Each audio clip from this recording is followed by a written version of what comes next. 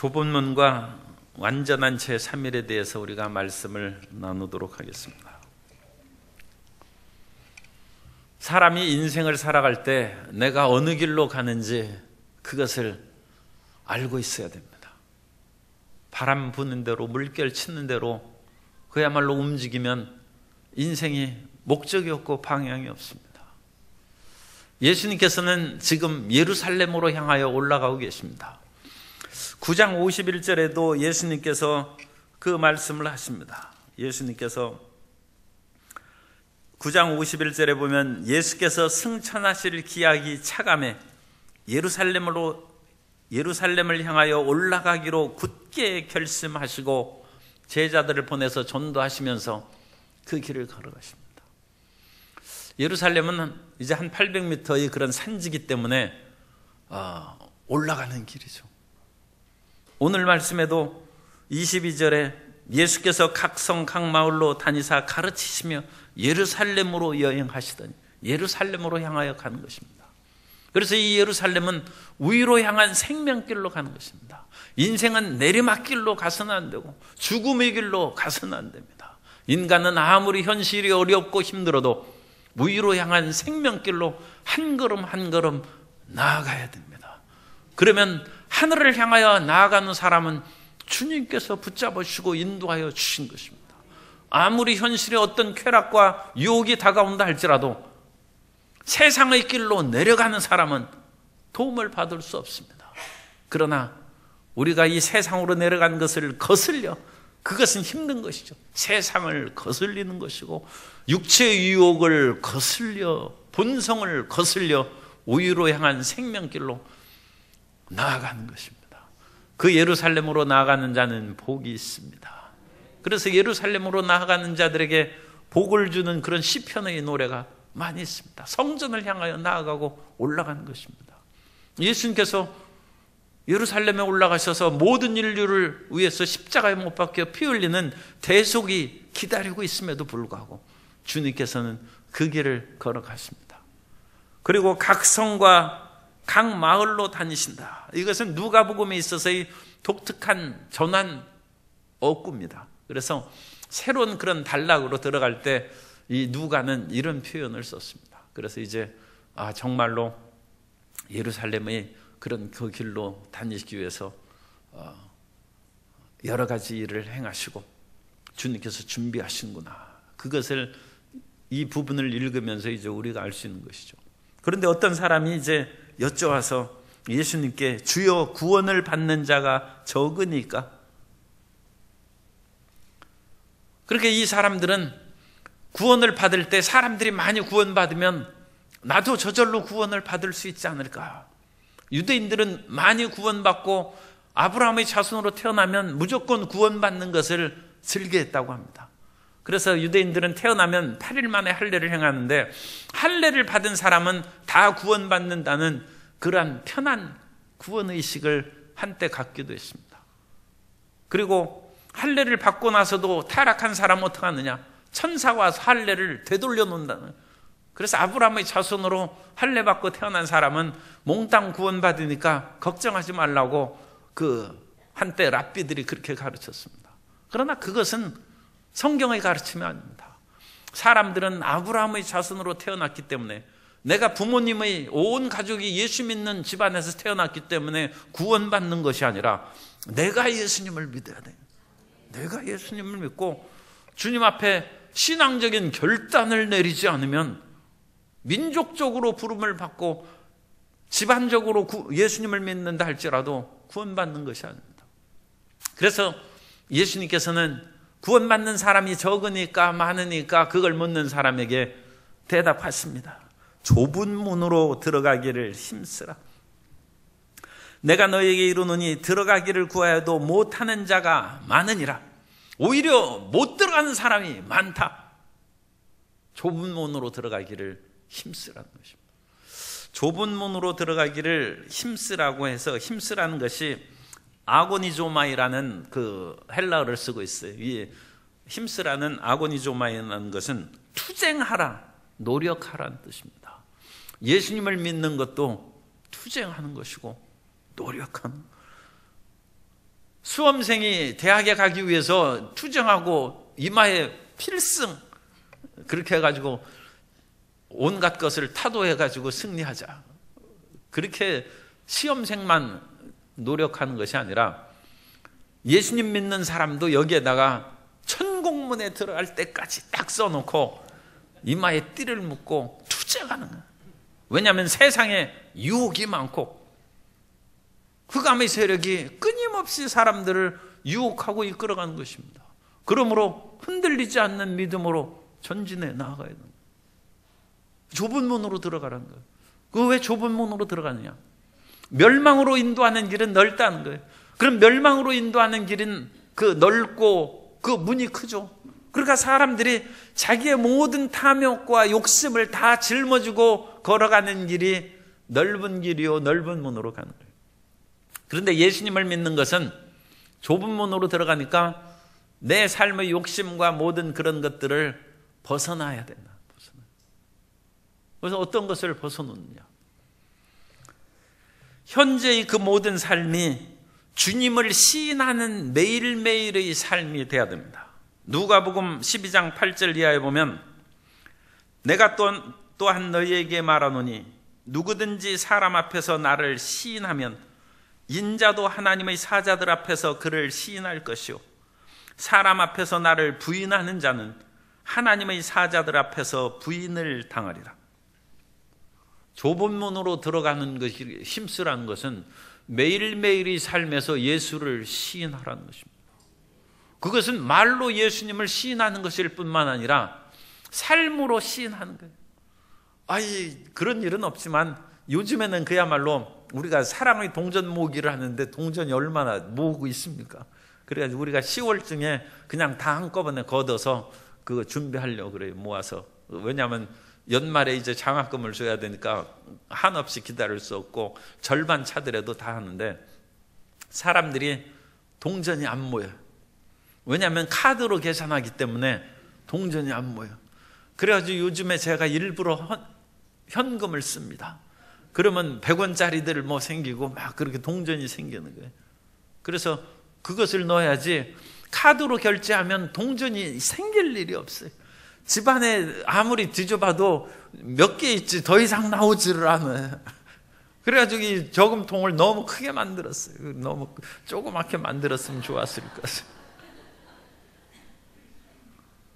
그런데 우리가 슈퍼마켓에 들어가서 현금을 냈는데 거스물돈을 3,500원 줘야 되는데 4,500원 줬어요.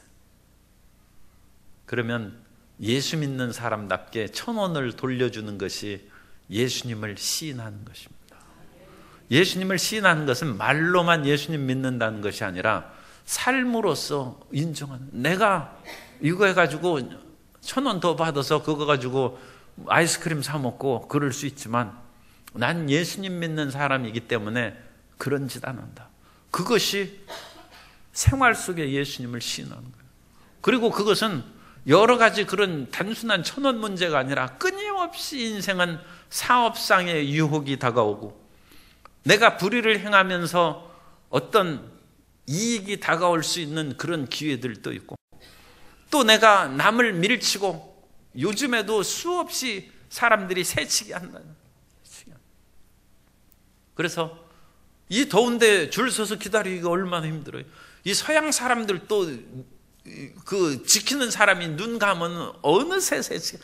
여러분 우리는 그 서양 사람들이 질서 정연하고 줄을 잘 지키는 줄 알지만 거기 살아본 사람에 의하면 그렇지 않아요. 그 사람들은 법을 무서워하는 거예요. 그래서 그것을 어긴 사람들에게 다가올 망신과 벌금을 무서워하기 때문에 지키는데 그거가 없으면 온갖 그런 것을 새치게 한다. 인생의 죄수죠. 그런데 예수님 믿는 사람이니까 안 그런다. 그것이 현실의 생활 속에서 예수님을 시인하는 거예요. 그 예수님을 믿으면서 세상이 왜 이러느냐? 예수님을 믿는 크리스찬들이 이 땅의 4분의 1, 25% 내지 20%가 되는데 세상에서 살아가면서 예수님 믿는 사람을 만나기는 어렵다 하는 것은 생활 속에 시인하지 않는다. 그것이 좁은 문으로 들어가는. 예수님은 좁은 문으로 들어가기를 힘쓰라는 거예요. 힘쓰라. 저절로 우리가 예수 믿는 사람이 되고 저절로 천국 가는 것이 아니라 매일매일의 삶 가운데 예수님을 시인하고 살아갈 때 우리는 반드시 주님 나라에 가서 사랑받고 칭찬받게 될 줄로 믿습니다. 그러므로 예수님을 말로만 믿고 껍데기로 실질적으로는 믿는 마음이 없으면 심각한 일이 생길지도 몰라요. 그래서 예수님께서는 주님 뜻대로 순종하는 삶이 좁은 문으로 들어가는 것임을 또한 우리에게 깨우쳐 줍니다. 그래서 집주인이 일어나 문을 한번 닫은 후에 너희가 밖에 서서 문을 두드리며 주여 열어주소서 하면 그가 대답하여 이르되 나는 너희가 어디서 온 자인지 알지 못하노라. 성경에 보면 주여 주여 하는 자마다 다 천국에 갈 것이 아니라 하나님 아버지의 뜻대로 행하는 자라야 천국을 간다고 말씀하셨어요. 그러자 그 밖에 있는 사람들이 얘기하는 것입니다. 우리가 주님과 함께 먹고 주님과 함께, 거기에서 26절이죠. 우리는 주 앞에서 먹고 마셨으며 주는 또한 우리를 길거리에서 가르치셨나이다 하니 그가 너희에게 말하여 이르되 나는 너희가 어디에서 왔는지 알지 못하노라. 행악하는 모든 자들아 나를 떠나가라 하니라.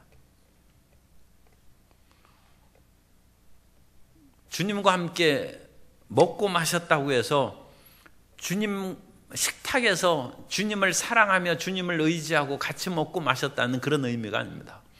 길거리에서 주님께서 가르치셨을 때 가르침을 들었다고 해서 그 사람이 제자가 아닙니다. 가르침을 들었으면 가르침을 들은 대로 살아야 제자죠. 아무리 훌륭한 선생님이 그 학교에서 끊임없이 가르쳐야 학생들이 휴대폰만 보고 듣지 않아요. 그게 무슨 제자입니까? 그러면서 어느 때 당신이 나를 가르치셨으니까 추천서 써달라고, 잘 좀 써달라고. 어떻게 잘 써줘요? 그 맨날 딴짓하고 공부 안 했는데.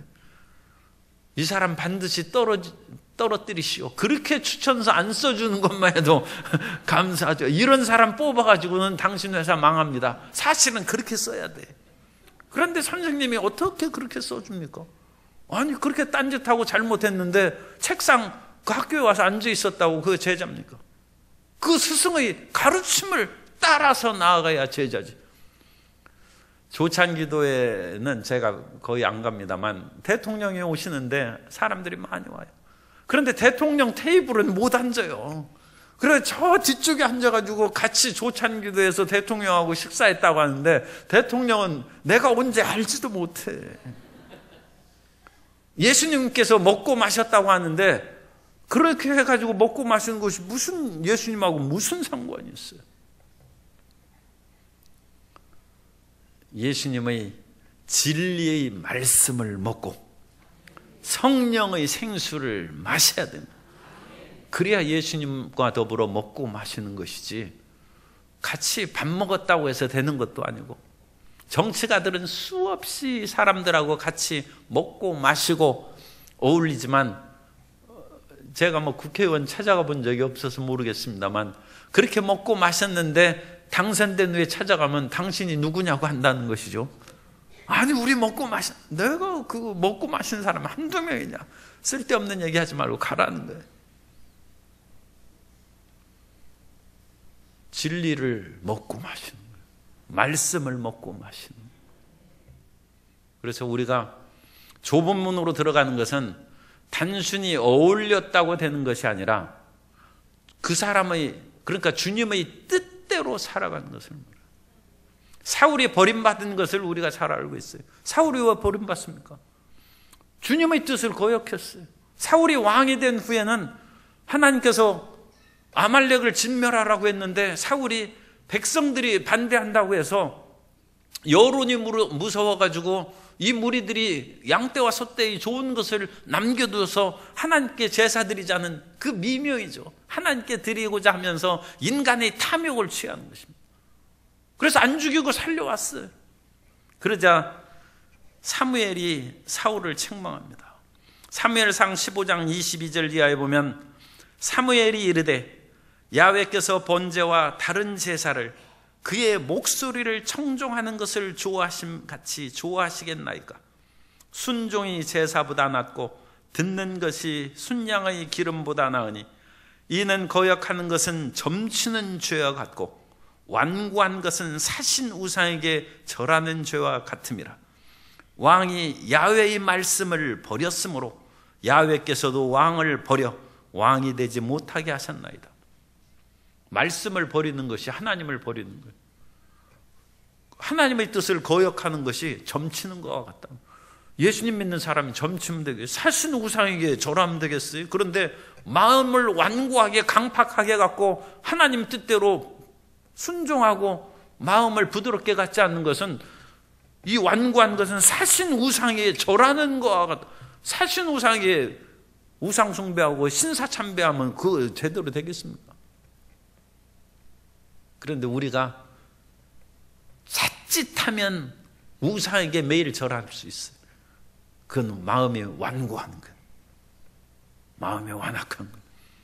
하나님께서 어떤 일을 결정할 때 그 말씀이 떠오르게 하는 성경 말씀. 그런데 그 성경 말씀이 떠오른 대로 행하면 순종하는 것이고, 하나님 지금 이 말씀대로 살아서 이 세상에서 성공하고 돈 벌겠습니까? 하고 거절하는 것은, 말씀을 거역하는 것은 점치는 것 같아요. 심각한 것이죠. 좁은 문으로 들어가라는 것이 그거예요. 좁은 문으로 어디 있어야 뭐 들어가, 그게 문제가 아니에요. 우리의 마음에 세상으로 향하는 그런 퍼져나가고 탐욕적인 것을 제거해 버리고 그 길로 나아가는 것이 좁은 문으로 들어가는 것이고, 그 좁은 문으로 들어가는 그 사람은 예수님이 인정해 주시고 아시는데, 자기 뜻대로 살아가는 사람은 나는 도무지 알지 못한다. 그래서 우리가 예수님을 믿으면 매일매일의 삶에서 예수님을 인정하는 거예요. 예수님을 시인하면 주님께서도 우리를 시인할 것이고, 주님의 뜻대로 우리가 순종하고 자기 자신을 쳐서 복종시켜 나가면 예수님께서 우리를 알아주신 것입니다.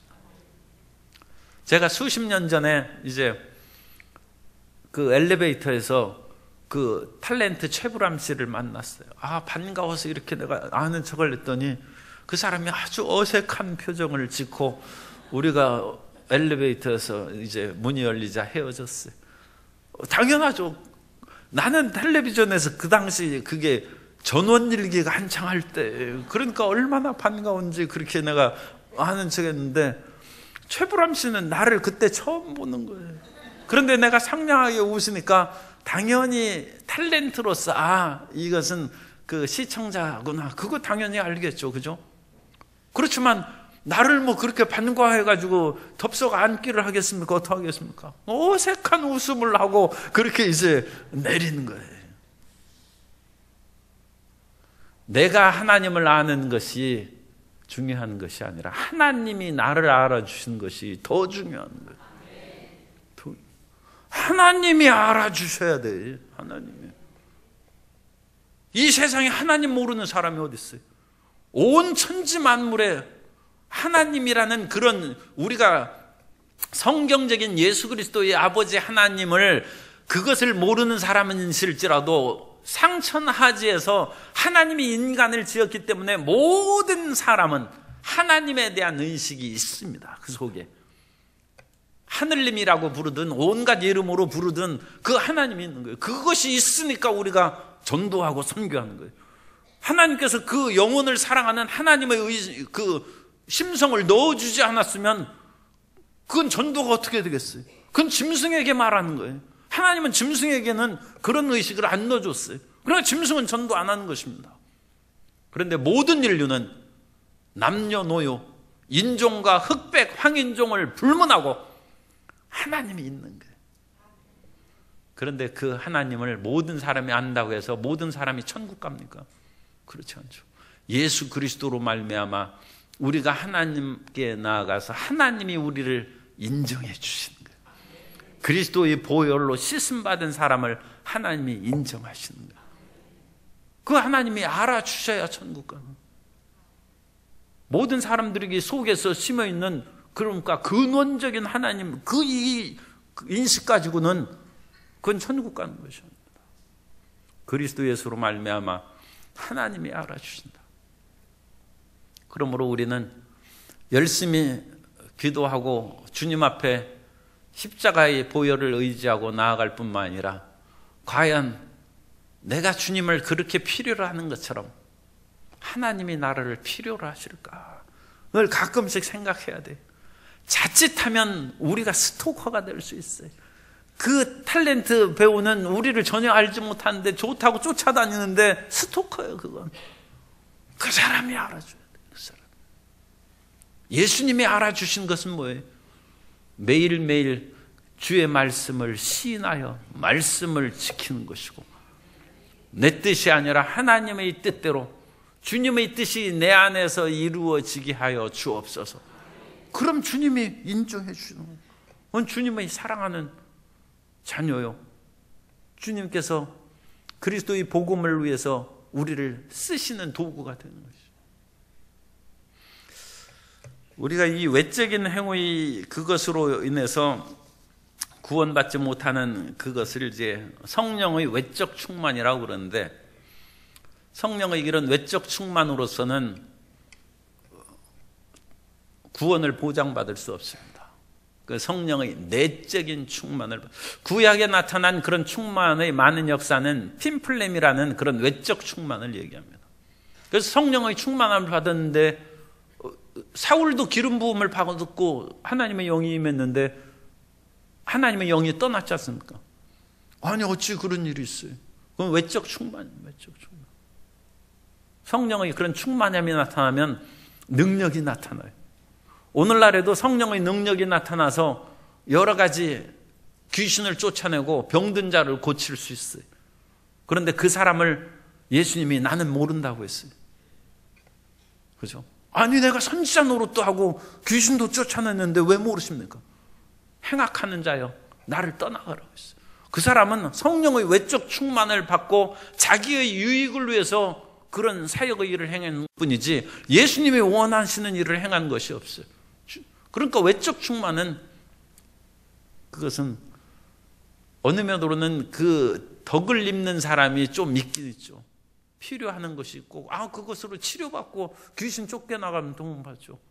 그런데 그것보다 그 사람 자신으로서는 그런 일을 이제 행하는 사람을 만나면 자기가 도움을 받고 치료를 받으니까 좋은데, 그 일을 행하는 당사자는 아무리 능력과 기적을 행한다 할지라도 자기 마음에 예수님을 모셔드리지 않았으면 불행한 거예요.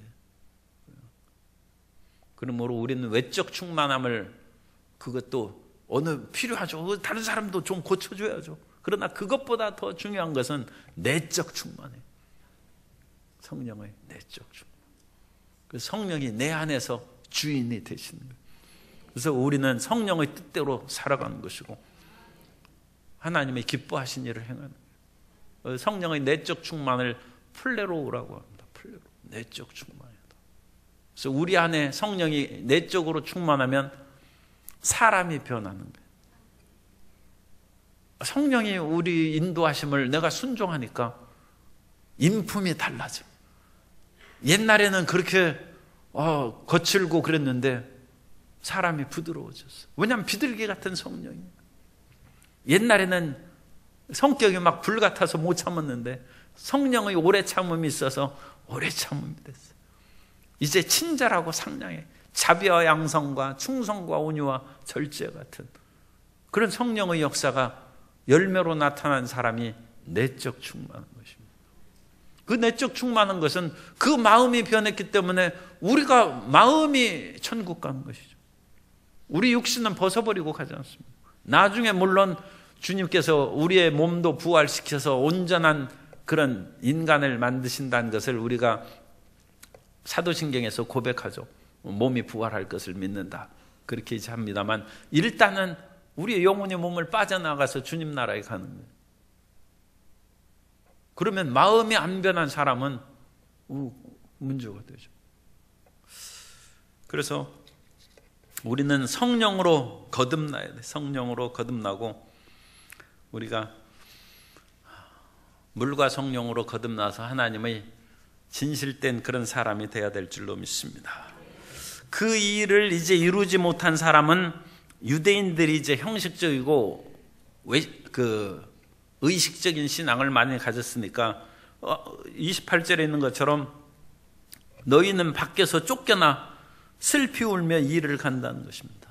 그러나 유대인이 아닐지라도 동서남북에서 말씀과 성령으로 거듭난 사람들은 이 하나님 나라의 잔치에 다 참여할 것이고, 아무리 오래 믿었어도 외적인 신앙생활을 한 사람보다는 짧은 신앙일지라도 내면이 변한 사람은 나중된 자로서 먼저 될 자도 있고, 먼저 된 자로서 나중된다.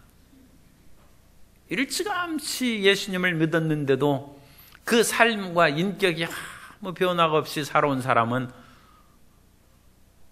오히려 늦게 되는 거예요. 그러나 늦게 돼도 변화되는 것은 중요하죠. 그래서 그런 좁은 문으로 들어가기를 투쟁하고 힘쓰라는 거예요. 힘쓰라. 31절입니다. 곧 그때 어떤 바리새인들이 나와서 이르되 나가서 여기를 떠나소서, 헤롯이 당신을 죽이려고 하나이다. 헤롯 안티바스를 말합니다. 헤롯 안티바는 갈릴리 분봉왕이었어요. 그래서 여기는 이제 갈릴리 분봉왕이 당신을 죽이고자 하니까 떠나라고 그랬습니다. 그러자 예수님께서 이르시되 너희는 가서 저 여우에게 이르되 오늘과 내일은 내가 귀신을 쫓아내며 병을 고치다가 제3일에는 완전하여지리라 하라. 이 여우는 아주 유대인들이 안 좋아하는 짐승입니다. 그래서 이 예수님께서 이 헤롯을 심판하시는. 우리 옛말에는 원래 이게 표현이 바른 것인데 약간 거칠게 들려요. 닭대가리는 될지언정 속꼬리는 되지 말라. 그래서 닭머리라고 하고 그러는데 닭은 머리가 아니라 대가리예요. 생선 머리가 아니라 생선 대가리입니다. 그리고 인간의 머리가 머리예요. 그죠? 그런데 어쨌든 이 표현이 이상하게 됐어요. 그래가지고 이제는 모든 것을 그렇게 높이는 그런 희한한 국어를 그러니까 국어 공부를 제대로 안 시키는 거예요. 어쨌든 이 닭대가리가 되면 안 된다는 것이죠. 아니 속꼬리보다는 차라리 닭대가리 머리가 되라고 그랬는데 유대인 속담에는 그게 있어요. 사자의 꼬리는 될지언정 여우의 머리는 되지 말라. 여우는 닭보다는 훨씬 더 지혜롭게 생각하는데 결코 사자의 꼬리가 될지언정 여우의 머리가 되지 말라. 그건 여우가 얼마나 간교하고 나쁜지, 그런 간악하고 다양한 교활하게 인생 살지 말라는 거예요. 그런데 예수님께서 헤롯 안디바를 여우라고 그렇게 표현했어요. 나중에 이 헤롯이 예수님 붙잡혔을 때 예수님을 만났어요. 헤롯은 예수님을 만나기를 오랫동안 기다렸어요. 왜냐하면 무슨 이적이나 희한한 것을 볼까 해서 예수님을 만나고 싶어 했는데, 예수님이 십자가 처형을 당하기 직전에 이제 만난 것이다. 대제사장이 보내가지고. 그래서 이 헤롯이 온갖 말로 예수님께 질문을 했는데 성경에 보면 예수님이 한마디도 대답하지 않았다고 했어요. 하나님이 한마디도 대답하지 않는 사람이 있어요. 그건 버림받은 사람입니다. 헤롯은 예수님이 한마디도 대답하지 않았어요. 그러니까 극도의 그런 악한 상황에 헤롯이 처한 것이고 버림받은 것이고, 예수님이 나병 환자에게도 내가 원하노니 고침받으라 하면서 사람들이 부정하게 여기는 그 환자도 손을 대시고 치료하시고, 수많은 사람들이 돌을 가지고 죽여야 된다는 가늠하다 현장에 잡힌 사람도 예수님께서 그를 살려주시고, 나도 너를 정죄하지 않는다고 했어요. 그런데 예수님께서 헤롯에게는 한 말씀도 하지 않았다. 그 악이 관영한 그런 경우가 있습니다. 그러나 예수님께서는 오늘과 내일과 모레는 내가 갈 길을 간다고 했어요. 인생에 정해진 그런 삶의 길이 있어요. 그 길을 가야 돼. 우리는 우리에게 원하시는 하나님의 길을 끈질기게 가야 돼요. 결단하고 가야 돼. 오늘 6교구 찬양이 어떻게 그렇게 찬양을 지금 생각해 보니까 굉장히 잘 골랐네. 어떻게 그런 찬양을 불러서 내 남은 인생 내가 하나님 뜻대로 산다는 거야. 내 길을 간다는 거야. 그 길을 가야 돼. 우리가 어릴 때에는 가끔 그 학교에 보면 학생이 안 왔어요. 친구가 안 왔어요. 그날 그 가정에서 부부싸움이 나고 엄마가 밥을 안 해줘서 애도 신경질 나가지고 그냥 학교 안 나고 그냥 산으로 놀러 갔어요. 어릴 때는 해야 될 일이 있어도 마음의 고통과 상처를 입으면 일을 안 합니다. 학생이 학교 가야 일을 해야죠. 아무리 가정에 고통이 있어도 직장에는 가서 일을 해야죠. 그건 어른입니다. 그런데 어릴 때는 자기가 해야 될 학교 안 가요. 회사도 출근 안 한 사람이 있어요. 그런데 예수님은 온갖 핍박과 죽음의 위협이 다가와도 나는 내가 갈 길을 간다. 그건 어른입니다. 예수님께 뭐 어른이라는 표현이 적합하지 않습니다만 최고의 어르신이고 어르신이다. 성숙한 사람은 이 세상의 비바람과 고통과 질병과 온갖 것이 다가와도 믿음의 길을 가는 거예요. 그게 신앙의 어른, 신앙의. 아니 지금 우리 대통령을 얘기하는 것이 아니라 그냥 나라의 지도자 대통령이나 임금이 있는데 집안 싸움이 나고 막 온갖 그 일이 생겼어요. 그래도 대통령이 직무를 수행해야 되겠습니까? 나는 오늘 마음이 슬프고 괴로워서 출근 못한다. 그런 일이 있을 수 있습니까? 나라의 최고 지도자들이 그러면 되겠어요? 안 되죠. 어른은 비바람이 와도 해야 될 일을 하는 것입니다. 예수님이 그 길을 가십니다. 그래서 그 길을 가는 제3일 완벽한 그날입니다. 그 모든 것은 십자가를 통하여 완전히 이루어질 것이다. 예수님이 십자가를 지기까지 내가 받을 침례가 있으니 그것을 이루기까지 내 마음의 답답함이 얼마나 하겠느냐. 그런데도 예수님은 끈질기게 그 길을 걸어가서 겟세마네 동산에서는 피땀을 흘리면서 기도하면서도 십자가를 이루셔서 오늘 우리를 구원하셨습니다. 우리는 그와 같이 성숙한 신앙이 되고 어른의 신앙이 되어서 어떤 일에도 흔들리지 않고 주님의 길을 걸어가는 자녀가 되어야 될 줄로 믿습니다. 주님께서 예루살렘을 향하여 가시면서 그 예루살렘에 다가올 비극을 탄식하셨습니다. 그 안에 수많은 사람들을 믿음의 길로 수천 년 동안 이끌어가려고 했지만 사람들은 이 하나님의 뜻에 부응하지 않았어요. 왜? 자기 뜻대로 살려고. 그래서 암탉이 병아리를 모음같이 끊임없이 자녀를 모으려고 했지만 그 일을 실패하고 이제 예루살렘은 멸망당하고 무너질 것입니다. 하나님의 심판의 때가 있습니다.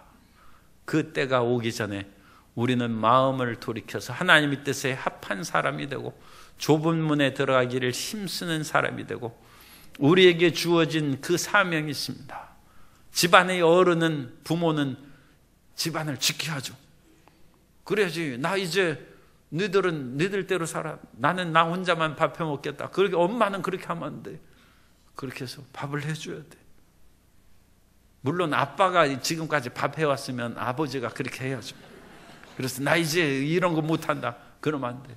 어른은 어른의 일을 행해야 되고 신앙의 어른은, 교회의 신앙의 어른은 어떤 일이 있어도 흔들리지 않고 봉사해야 되고 충성하는 일꾼이 되어서 그 길을 가는 하나님의 귀한 자녀들 되시기를 예수님 이름으로 축원합니다.